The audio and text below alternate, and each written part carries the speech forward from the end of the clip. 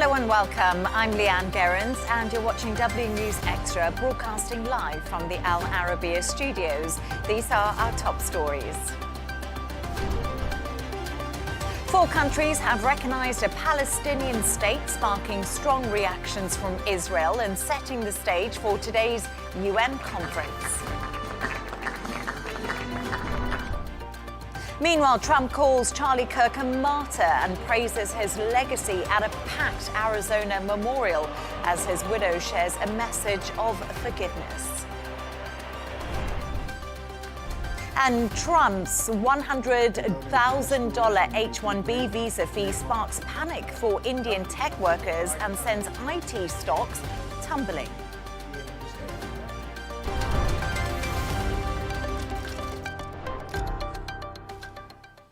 Four countries, the UK, Canada, Australia and Portugal, has formally recognised a Palestinian state, a move hailed by UK Prime Minister Keir Starmer as reviving hope for peace and a two-state solution.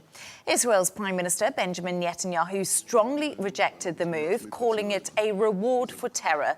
Today, France and Belgium are expected to follow suit at a UN conference co-hosted by French President Emmanuel Macron and Saudi Arabia's Crown Prince Mohammed bin Salman.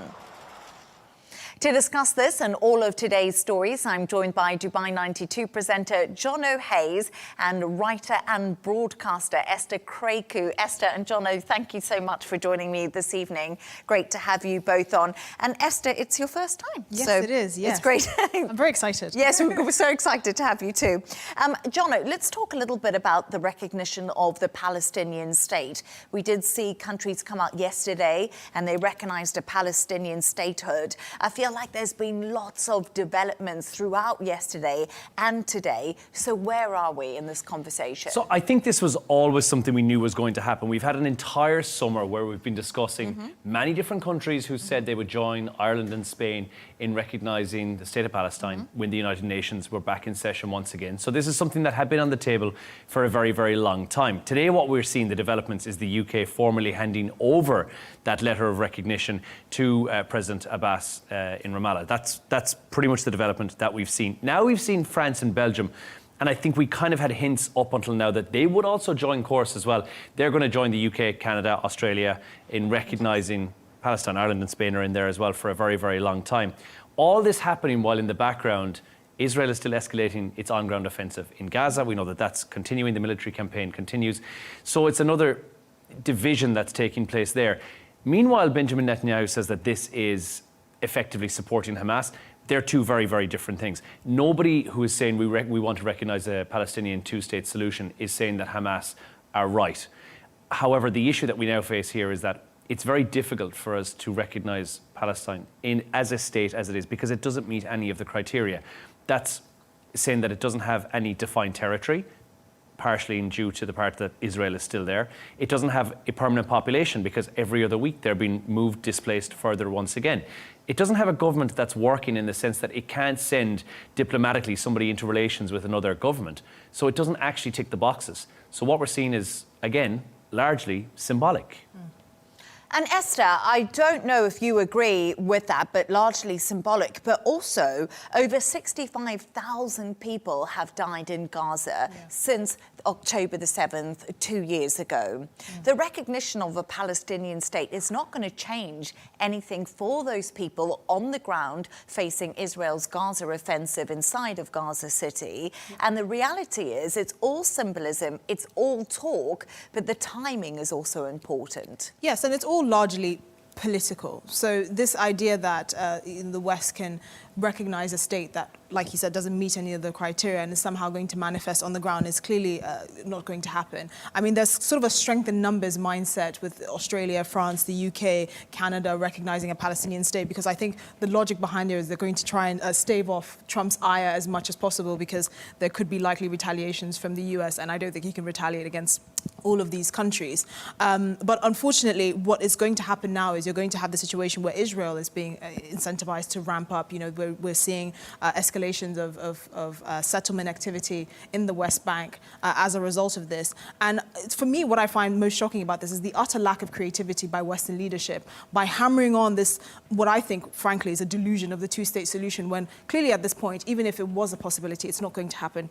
The war in Gaza is still ongoing. 65,000 Palestinians dead. The Israeli population have no appetite to even entertain this idea of a two-state solution. And the irony of handing over a recognition of a Palestinian state to Mahmoud Abbas, even though the PLO haven't held an election in the West Bank since 2005, to a man who's worth hundreds of millions of dollars, while the average Palestinian is living in abject poverty. So the whole thing is a mess. And unfortunately, we're just going to see this kind of ping pong of, oh, we're recognizing this, but nothing's actually going to happen on the ground. And we're going to look to Trump to see whether he's going to actually retaliate in any meaningful way or actually draw a red line with Netanyahu. I thought the red line would be the attack in Qatar. Apparently, the red line is, this move into the West Bank. Who knows? Yes, so lots of people are now saying that for the US, they have been supporting Israel. That support's been steadfast. We've seen that throughout, even though Western allies are recognizing a Palestinian state. The US is completely on Israel's side. And a lot of people are saying, actually, the red line for the US will be the annexation of the West Bank and this E1 settlement project that the right-wing coalition of Benjamin Netanyahu's government is trying to implement or has given the green light to. But, Jono, we talk there about the plan for the day after. No one has a plan for the day after if we look at things. Is this UN conference going to come up with anything new? Maybe something Esther was trying to say there, that no one's come up with anything. No one's come up with any solution as such. And Netanyahu, most importantly, has not given us that. Now, maybe there is a plan in place, but if there is, we definitely don't know about it. And I also think there probably is no red line when it comes to the US. That US-Israel tie that's there is, I think, unbreakable. And at the stage that we're at now, and like Esther said, you would think that the red line may have been Qatar, where there are already US army bases. That's not the red line.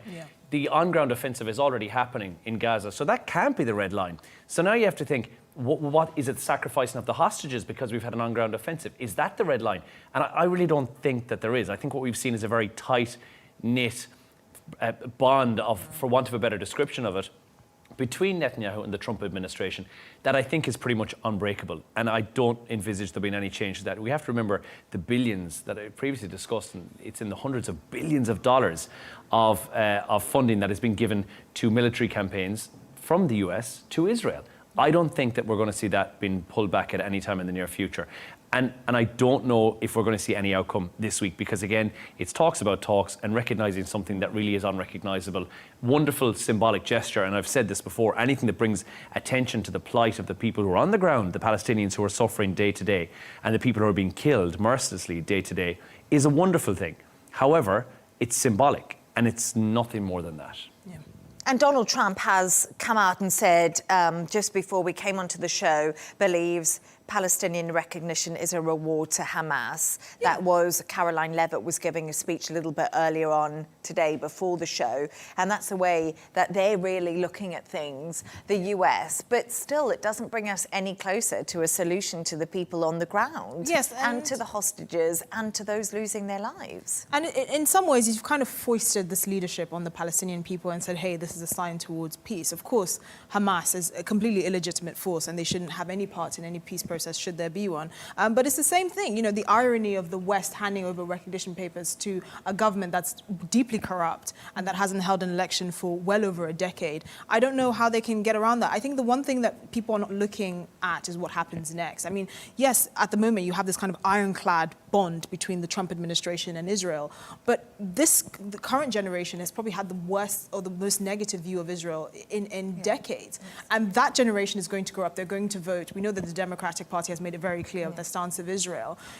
I think this idea that Israel can do whatever it wants because it has the backing of the US. Well, the US is made of people, more and more, who are viewing Israel not unsympathetic to the plight on October the 7th, but who are viewing them increasingly in a negative light and are thinking, why are we paying for this? How many more generations do we have to see basically go through this meat grinder before we hear these elusive talks of a two-state solution that are never going to materialize? And I think ultimately the West has shown that where its leadership is involved, there's a complete lack of any real will, because they don't actually lose anything from the continuation of this conflict or for their sort of staunch support of Israel. And I think if we're actually going to get solutions on the ground, we have to realize some things are just clear. There's no appetite for a two-state solution. It's probably not going to happen. The most realistic thing I can possibly think of is some sort of situation where, you know, the Palestinian territories are under one Palestinian state but are broken up in emirs, where they're self-governing districts that follow certain rules and can coexist alongside an Israeli state with the sponsorship of Arab states. That's how I see it. But outside of that, which I haven't heard from anyone, this is a completely unworkable solution.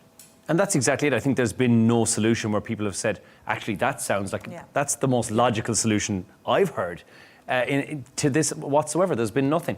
And I don't think Netanyahu's government, if they do have a solution, we're certainly not having it shared with us because it's probably so radical and so sweeping for the landscape of Palestine. But we did have a solution, the Riviera of Correct. And I think Gaza. I think if you reiterate that as Israel, you certainly, whatever friends you may have remaining, I think you may lose them. If you said, right, we're going to go in, we're going to decimate the population, we're going to completely raze it to the ground, and we're going to rebuild it as the Riviera of the Middle East, then you end up with you're not going to win friends with that. You're certainly not going to get It's also insulting to build basically a Las Vegas on the grave of tens of thousands of Palestinians. I mean, another thing, this sort of breakup of, or a little sort of mini emirates of Palestine, for example, which would secure is the settlements, for example, because if you actually have these self-governing, smaller sort of Palestinian territories, when you have these Israeli settlers move in, okay, you're Palestinian. You don't need your Israeli passport. You've decided to come into this territory. Congratulations, you're part of the club. And then the whole question of sort of this aggressive move towards the West Bank by Israeli settlers gets, you know, it's ended right there and then. Obviously, that's not a perfect solution. But these are the kinds of things that show forward thought. And so far in the international community, led by Western leadership, there has been a complete lack of creativity to actually solving this problem. Maybe, Jono, the radical way is the only way, something we haven't thought about before. I think that, again, if you look back and even historically as well with Famagusta and with Cyprus and the Cypriot-Turkish war that took place there, the decision was given on a cusp to say, listen, you can make a decision now. You can either be Turkish or you can be Cypriot, but make your decision based upon that. Would you like to go to this side or this side? And I think that's what happened there. Not that I'm saying that is what should happen, but there are Israeli settlers who are in Palestinian territory. Exactly. And this may be the solution. We say, right, well, if you would like to stay here, absolutely you may. You will be part of this society. You will be Palestinian. You will integrate. Pay taxes in Palestine. Absolutely. Yep. Otherwise, Israel is there. You may go to there. So, again, I haven't heard anybody come up with that idea. It's radical. It certainly is. But it's definitely better than what we've seen on the table, which currently is nothing. So...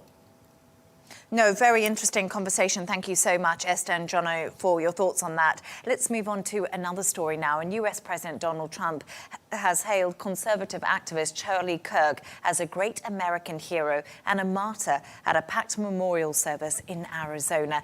Tens of thousands gathered to honor Kirk, who was shot dead on September the 10th, and speakers praised his political activism and his faith. Trump's remarks, at times combative, contrasted with Kirk's widow, Erica, who forgave her husband's alleged killer. Take a listen to what Trump had to say.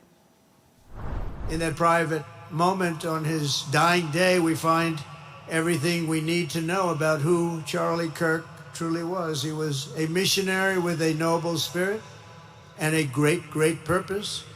He did not hate his opponents. He wanted the best for them. That's where I disagreed with Charlie. I hate my opponent, and I don't want the best for them. I'm sorry. Esther, I watched some of the memorial last night, and I'm sure a lot of the world did too, and extremely emotional scenes this weekend that we saw coming from Arizona, but also strong rhetoric there from Donald Trump. Very unchristian-like rhetoric to hate your enemies, which Jesus said not to do. It was kind of part Republican rally, part church service. And I think that totally encapsulated where Charlie Kirk is in sort of the memory of particularly sort of right-leaning American patriots, as Donald Trump would say. Funnily enough, Charlie Kirk was my first boss. I worked for Turning Point UK at the start of sort of my career. And he was for having known him, having met him, he was clearly a very remarkable man. His death, as tragic as it is, has also galvanized a lot of people in sort of the MAGA base, but also people in wider American society that didn't really understand the ramifications of free speech in the US and how dangerously close we were getting towards the tipping point or the turning point, as you would say. Donald Trump has admitted that actually he would have struggled to win the last election with the majority he did, especially with young people, without the help of people like Charlie Kirk, who really went onto these campuses to galvanize the young people and who kind of basically made being a Republican sexy, which we haven't heard of since before the days of Bill Clinton. So I'm not surprised to see the Republican base really kind of rally around Charlie Kirk and his family, Erica Kirk, who's now going to be taking over the Turning Point USA organization. And it's going to be interesting to see what happens now. We know that people like Jimmy Kimmel have lost their job, which, he made a good fortune doing what he did. And I happen to think that his channel were looking for any reason to get rid of him. But people are really going to start waking up to seeing what are the limits of free speech in America and really how do we foster an environment where people can just be free to think and speak without fearing for their lives. And that's what Charlie Kirk stood for, debate. And that's why he went onto college campuses. He had these conversations that were hard to have, but was willing to talk about hostile territory. And very hostile territory. And did amazingly well. If you agree or don't agree, he had those conversations, Jono. Last night, I thought Erica Kirk, what an incredible woman. And she has been. Since, I think since the 11th, since the day after he passed away, and we had that video she shared on social media of the open casket, and you think at the core of this is a woman who's lost her husband, is a family who now have lost a dad. And that really hammered home, I think, and that also personified Charlie Kirk to be something more. I personally didn't know anything about his own private life before this tragic event happened, and I think what you've now seen is we've got a taste of who he is. To stand up there and to forgive like she did is also remarkable. And I think a lot of people, a lot of the MAGA base, but a lot of people who are Charlie Kirk supporters will echo what Donald Trump had said in that they don't forgive. They won't forgive something like this because it was an attack, not just, and to quote Donald Trump loosely, it was not just an attack on free speech, it was an attack on what America stands for. And I think that also will resonate with a lot of people. And what this has done, and it's obviously we've seen a part Republican rally here, and we've also seen part a memorial service. It was both.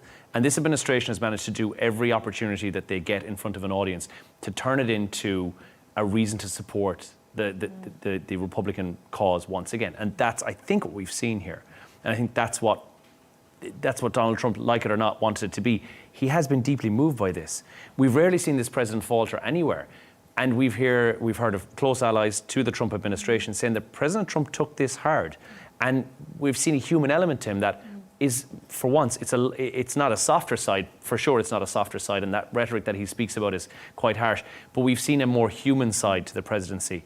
And I think this will curry more favour with him and with his MAGA base. I think this will probably turn things around a bit for him.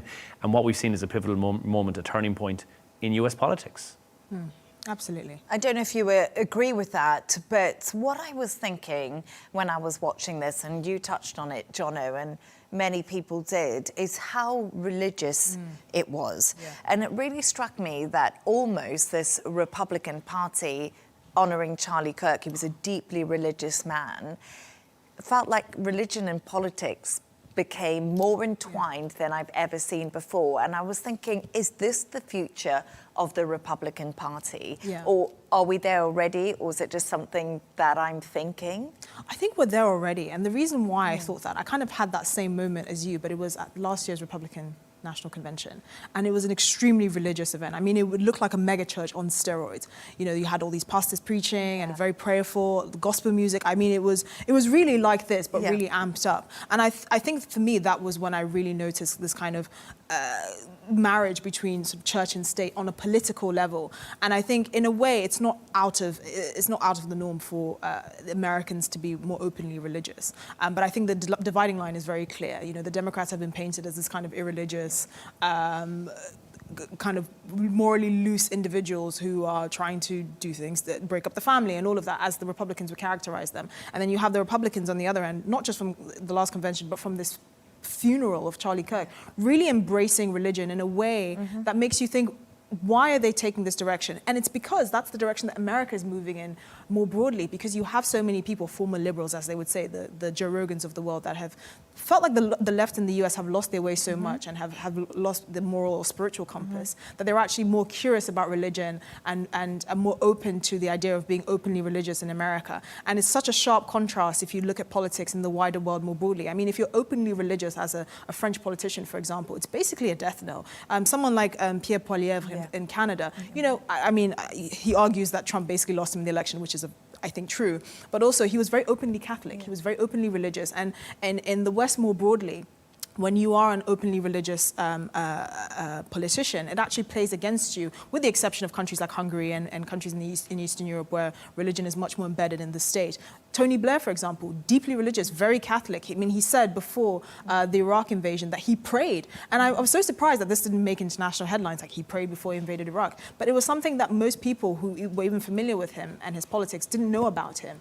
So this is the quite clear divide between American politics and the West more broadly. And we also know Theresa May was deeply religious and did speak about that too. Wasn't her father a pastor? Yes, he was. Yeah. And I always thought her take on religion and politics was quite interesting, because it's not something we see in the UK. But Jono, we also, just a quick thought, saw a reunion that many of us weren't expecting to see. Yeah. Elon Musk and Donald Trump. Exactly. They sat alongside each other at the service as well. The public fallout from earlier this year, it seems, is no longer. Again, something of this magnitude certainly brings people back together. It works for families. It works for politics as well. They were seen chatting. They were shaking hands as well. Now, later there was a post as well from Elon Musk that had a picture that said, "For Charlie." So you'd indicate that he's also been deeply moved by this. And although Charlie Kirk was not a member of the cabinet, I think his influence and the fact that it's been said he won the election, like we discussed. And J.D. Vance widely said that he wouldn't have got the young male vote, Never. under 30. I mean, Absolutely. Never. They broke 2-1, the Republicans, and they've never done that. Yeah, he was an ally, I think, of the candidacy for presidency, but also of the Trump administration as well. And again, the reason it's religious, it is a funeral for somebody who was deeply religious. So that's probably where a lot of the religion elements came into it. And I think the administration does a really good job as spin doctors to make sure that the Bible Belt is satisfied and that the Bible Belt turns red the next time around that we're back at the polling stations once again. So I think there's a mix of a few different elements there as well. But it is a ceremony for somebody who was deeply religious. But there's a real stark imagery that we saw with President Trump behind thick bulletproof glass. And we can see it. I think the first time that I recall seeing that probably since Bush was in power, that we've seen this thick bulletproof glass back to the fore once again, where it's visible the president's behind inches of a barricade. And I just think the stark imagery between the two, we're religious, we're talking about somebody whose life has sadly been taken far too soon, and at the same time we're seeing that there is a concern among this presidency that there is a risk out there. And I think Caroline Levitt, I said she had a press conference earlier. It was quite interesting because when she was asked about Charlie Kirk and the way she felt, she said they've all had to beef up security. So I think it now is a real concern for the very prominent Republicans in government. But thank you so much for your thoughts on that. Let's move on to another story now. And a wave of panic hit Indian tech communities after US President Donald Trump announced a $100,000 fee for H-1B visas, sparking confusion among skilled workers and companies reliant on the program. India slammed the move, warning of humanitarian consequences and saying Washington is afraid of our talent. Jono, really, this decision did send absolute shockwaves around the world. It actually sent panic. It did, and there's videos that have emerged of people who have disembarked flights and had their luggage taken off flights because they were so concerned about their re-entry to the US that they didn't want to leave. And I guess when something is rushed and it's a bullet point format, it's difficult to take away any real knowledge from it. So all that people were getting, bits and drips and drabs of information, was that this was changing. Now it would be $100,000. Maybe if you left the country, you couldn't get back in again. I think it was a knee-jerk reaction that was probably unnecessary. IT firms, as a result, and Indian IT firms, as you so rightly pointed out, saw a tumble in the stock market as well. So there was a mix of that. India's government had then come to the fore, just on the information that they've seen, which is very, very limited info about the change to the H-1B visas. They've said this is a humanitarian issue. You know, there's families who may be in concern of that. And now that we have slightly more information, but still not an entire picture, we know that that may not be the case, and it's visas going forward from this moment forward that it will affect. So immigration lawyers are looking into it, and it will take a bit of time, just like anything this administration does, to dissect it. It tends to be laws in tweets is what we're seeing. If it's 160 characters, let's get it out there and let everybody see what it is, and then we'll dissect it afterwards and see what the ins and outs of it are. And what we're now finding out is that, yes, there's an increase in the amount that it's going to cost to obtain one of these H-1B visas, of which I think 70% plus are Indian nationals. And we now know the amount is realistically probably in the figure of 80 times more than what it was, 60 to 80 times more than what it was previously. And these visas were there for skilled workers. With this administration, it's kind of keeping true to what they said. This is an immigration issue of sorts, and it's jobs for Americans in America. That's what Trump said, right? That's what we had in the pre-election. Yes, and it's interesting because it's basically exactly what he said. But earlier I spoke to Danielle Di Martino, who's a fellow at the Manhattan Institute. I asked them about the impact it will have on US workers. Take a listen to what he said.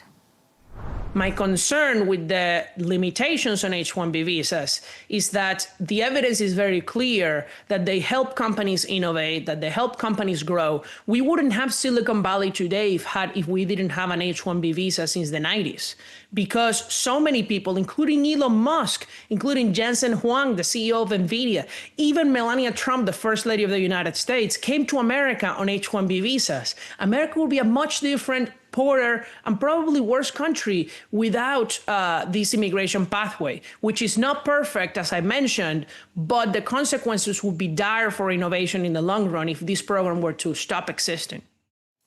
Esther, really interesting what he said. And I know you've recently moved to America, but what Daniel was saying to me there is if it wasn't for the H-1B visa, Silicon Valley wouldn't have existed. The likes of Jensen Huang, the likes of Elon Musk would have never entered the US. Is this a real concern? Is there going to be a brain drain now? Yeah, I mean, I think there's two sides to this story, which is industries don't like change and they don't like when the status quo is being shaken up. There was clearly a cost incentive here for the H-1B visas, which was to drive down the cost of employees. So they were clearly just on some level bringing over cheaper labor, mainly from India. I mean, he's talking about Elon Musk and these people that we know because they were clearly brilliant, whether they would be Polish or South African or whatever. These are brilliant individuals that were able to make the most of the American dream. But you cannot compare Elon Musk to lorry drivers, which will actually make up a significant portion of the individuals on H-1B visas. To make the case to American workers that actually we need these talented lorry drivers for the sake of the economy, it's really hard to make. And this legislation didn't come out of nowhere. I mean, this has been in discussion for a long time. Now, of course, it was quite shoddily done, I think, which is not uncharacteristic of the Trump administration. But really, they've taken an approach with most of their policies, which is punch first and ask questions later. Because really what the Trump administration is doing, which is different from the last administration, is they are setting the agenda. Congress can water it down and figure out the minutiae. If there are small rural towns in Midwestern America, for example, that need to import Indian doctors because, you know, the average American medic doesn't want to move there, that's fine, but that's something that can be figured out on a local level. You can have local governments that come together and sponsor the H-1B visas of a bunch of talented medics and actually fill a gap in the economy. But what many people realized was a lot of these H-1B visas weren't filling the gap. They were actually undercutting American workers. And the way you can see that is actually training or funding for training and development for young American graduates has steadily declined, because why would you do that when you can hire an Indian worker with 5 years of experience that's probably not going to haggle you on a salary because he basically depends on you to remain in the US with his family. So I think that there are two sides to every story, but, you know, as I would say, keep calm and carry on. Ultimately, this will be watered down and the minutiae will be figured out in Congress, which is their job. And Trump is just setting the agenda, which is actually quite popular with a lot of his base. And I do think it's interesting what you mentioned there, because when I interviewed Daniel, we have seen some lines coming out because there's been confusion if it'll be a $100,000 one-off payment to get the visa for companies to get the specialized staff in. But you mentioned doctors there, and White House says doctors may be exempt from H-1B visa fees. And that was actually broken by Bloomberg News, which I think is interesting because it touches exactly on what you said. Right. Punch first, water it down later. Yeah. People just need to think, okay, right, this has actually been in the pipeline for a while. We'll see what happens, and maybe the end result won't be as bad. And I think there's an opinion piece in The Guardian today that says America's built, the American dream may be dead, it's now a nightmare, let's bring the dream back again. And I think that's a very MAGA thing to say, the American dream is a nightmare, let's make it a dream again. Yeah. Let's give American jobs to American people. I don't think it's impossible that we'll see something new coming out of the Trump administration whereby they say, okay, if you are a semi-skilled or a skilled worker that we require, let's get you into the country, much akin to what Australia will do. And they'll open it up and say, right, we need 10,000 engineers, we need 10,000 block layers. And then you will be hiring, which is, to be fair, a realistic Well, policy. this could actually benefit India. This is another thing that I'm surprised by the reaction of the Narendra Modi government. Because you're having this knee-jerk reaction of this is a humanitarian crisis. Well, if they don't have to pay $100,000 to actually get them into the country, they could hire them offshore, which is what has been happening with telecommunication industries across the world. They've all offshored to India, for example. Absolutely. And you can just see that the work that can be offshored by these skilled workers that don't necessarily need to be in the US because remote working and all of that will be the case. And it will just be the potential of an influx in foreign investment. So again, we just have to see, but this is the agenda. And I think, to be perfectly honest, it's not dissimilar to the immigration stance that many other countries take. Look at South Africa and Cuban doctors, for example. Cuban doctors don't speak English, but they saw a gap and they hired them. Yeah, and they're very good doctors across Africa, and they are used. But you're right, it could actually benefit India, keep the talent in the country. And the money, more importantly. Yeah, let's see how this shakes out, but thank you so much. Let's move on to another story now. And today's Reform UK has announced it will abolish indefinite leave to remain rights for migrants who come to the UK. That's if they do get into power. Under the plans, migrants would need to reapply for new visas with tougher rules. And the party claims it will save £234 billion over several decades. Esther, this was interesting. I watched what Nigel Farage had to say. He gave a big speech today with the Reform Party. Do you think that Nigel Farage is now just following Trump's lead when it comes to migration? Because we know it's such a big issue in the UK. We've seen the one-in, one-out scheme between the UK and France. 3 people have left, 2,000 have come in. It's a disaster. So is Nigel just basically saying, right, that's it, we're going hardline? I mean, I think the timing of this is unfortunate for Nigel because people was painted as he's just following Trump's lead. But knowing the people in the party that are responsible for policy development, and I'm not going to argue with the money over 234 billion because whenever politicians say we're going to save this much, I don't want to hear it. Their maths is extremely sketchy. But he's actually following the lead of Switzerland, which you don't hear very often. Countries following Switzerland's lead or Denmark's lead, for example, because what he's actually trying to do is basically stop by 2027 the potential of 1.2 million new British citizens, which over the course of Boris Johnson's premiership is the rough estimate. I think it's basically under 2 million individuals came into the UK and received resident status. And by 2026, they will be able to have indefinite leave to remain. And whereas in the past, when you have indefinite leave to remain, you have to wait another 5 years before you become British. You can become Which a British is quite citizen. interesting because I actually came into Britain from Zimbabwe. I was on a Zimbabwean passport, got indefinite leave to remain, but it did take me 5 years to qualify for a UK citizenship. And I didn't realise until you told me that had been brought down to a year. That would have made my life so much easier. Exactly. Yeah, we did 5 years, did exams, had to go into the system and prove that we were paying into the NHS. So I didn't realise it had been watered down so much. But just a quick thought from you on one thing. I thought it was really interesting, him talking about the Boris wave today, Nigel Farage, because we've seen the likes of Nadine Dorries, Jake Berry defect to reform. And they've been the Conservative Boris backers all the way through. And I can be honest, I did ask the powers that be at Reform. I was like, were they lost? Were they blindfolded and they stumbled onto a Reform rally? What are these people doing in the party? But I think they're really just saving their own hides because they realise that the death knell for Boris has been well and truly struck.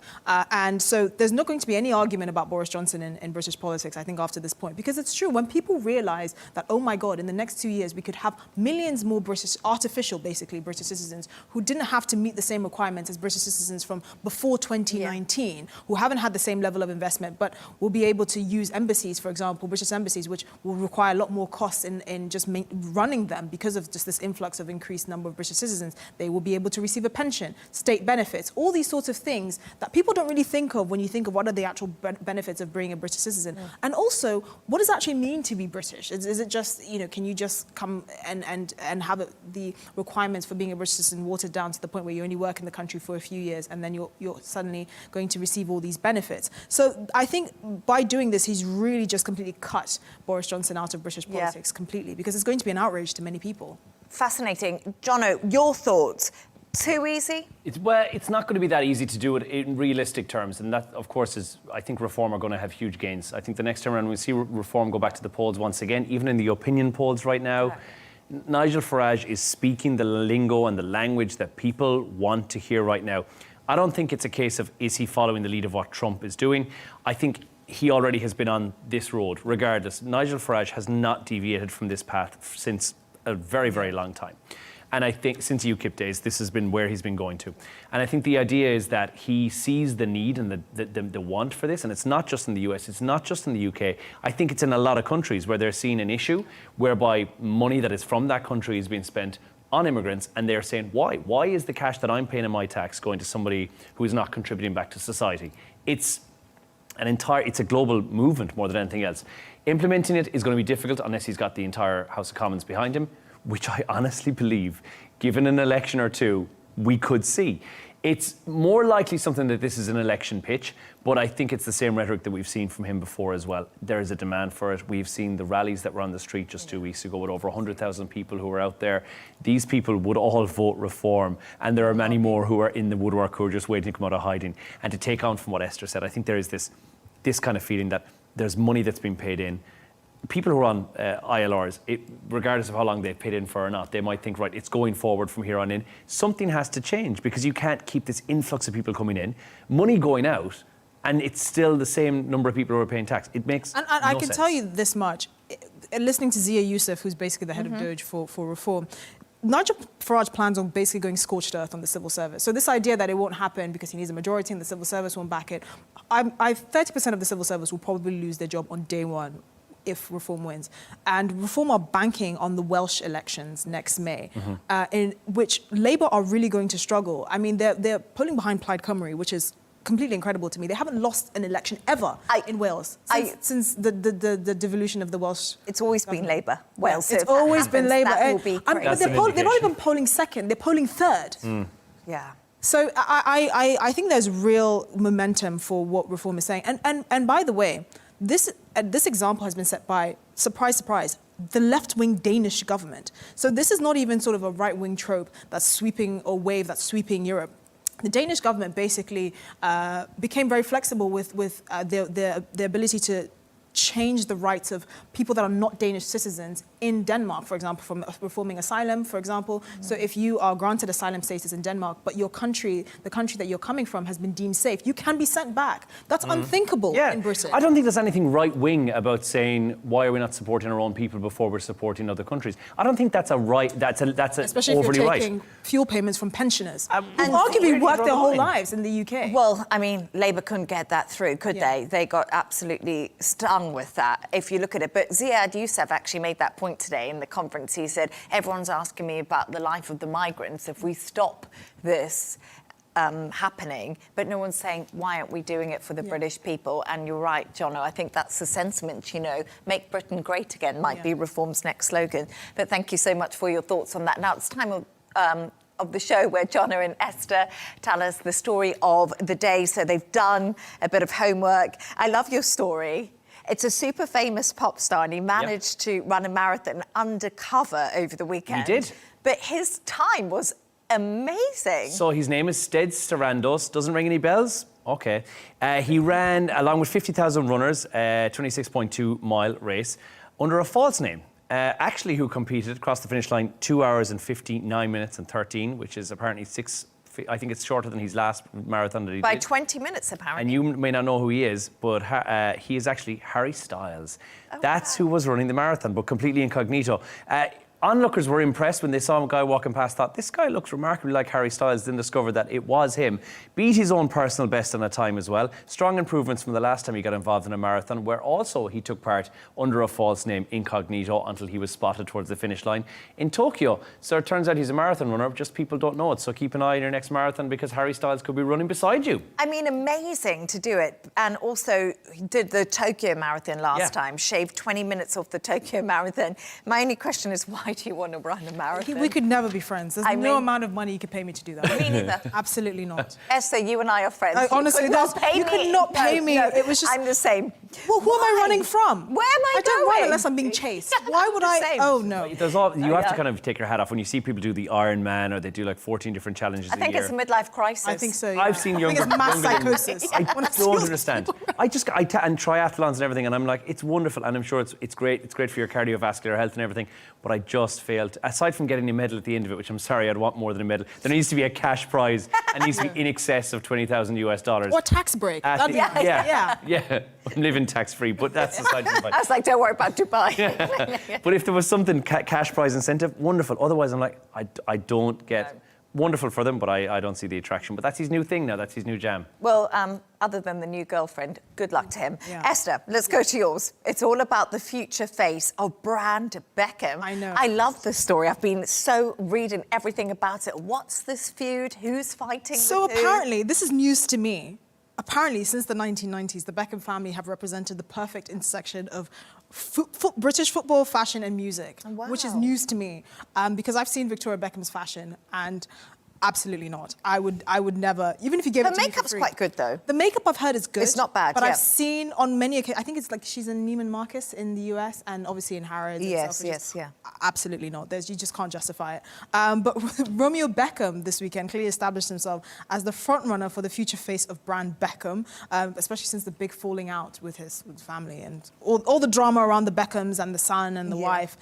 He appeared on the runway at London Fashion Week for the star-studded H&M show, which, I mean, he's not going very high label, but you know, we all have to start somewhere. I've not been asked to walk a catwalk, so I can't judge.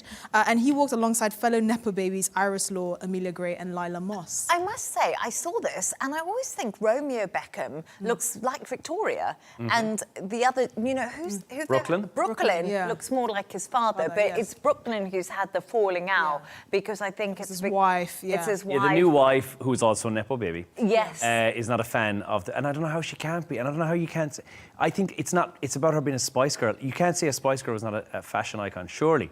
Out of anyone that she's qualified to be a fashion icon. I mean, her own fashion, independent of the Spice Girls, I mean, it is outrageous. If you see how much she wants you to pay her for a bag that basically looks like a shopping basket, it's offensive on every level. But I think they've epitomised everything that is aspirational. She's a pop star, she's married to a footballer, they've got, you know, the family, they've got the 2.4 kids. Everything about it just, I think, is why it screams to everyone where you go, the Beckhams, they're the epitome of perfectness. I think they symbolise a different era in Britain, where you could actually, Yes. you could dream of these things. Absolutely. Yeah. And it was just a Girl different power, time. Exactly. wasn't it? Exactly. And someone like Victoria Beckham, I mean, she became this institution. Absolutely. You just thought she hasn't even hemmed a skirt in her entire life. And to be honest with you, it was an era that we all went through, because I loved the Spice Girls. Yeah. Everyone did. It was a movement in our generation. Remember when David Beckham used to change his hairstyle and everybody noodle hair, changed the their blonde, hair? the terrible blonde hair. And I mean, honestly,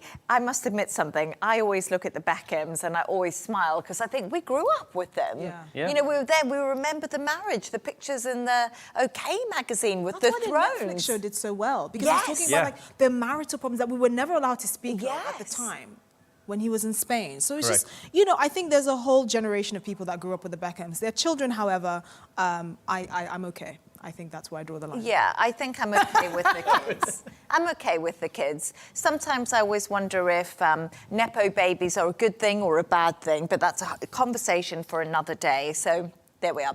Thanks to today's guests, Dubai 92 presenter Jono Hayes and writer and broadcaster Esther Krakue. And that's all from us on W News Extra. Don't forget to subscribe to our YouTube channel and, of course, follow us on X. G&T is coming up next. Goodbye and thank you.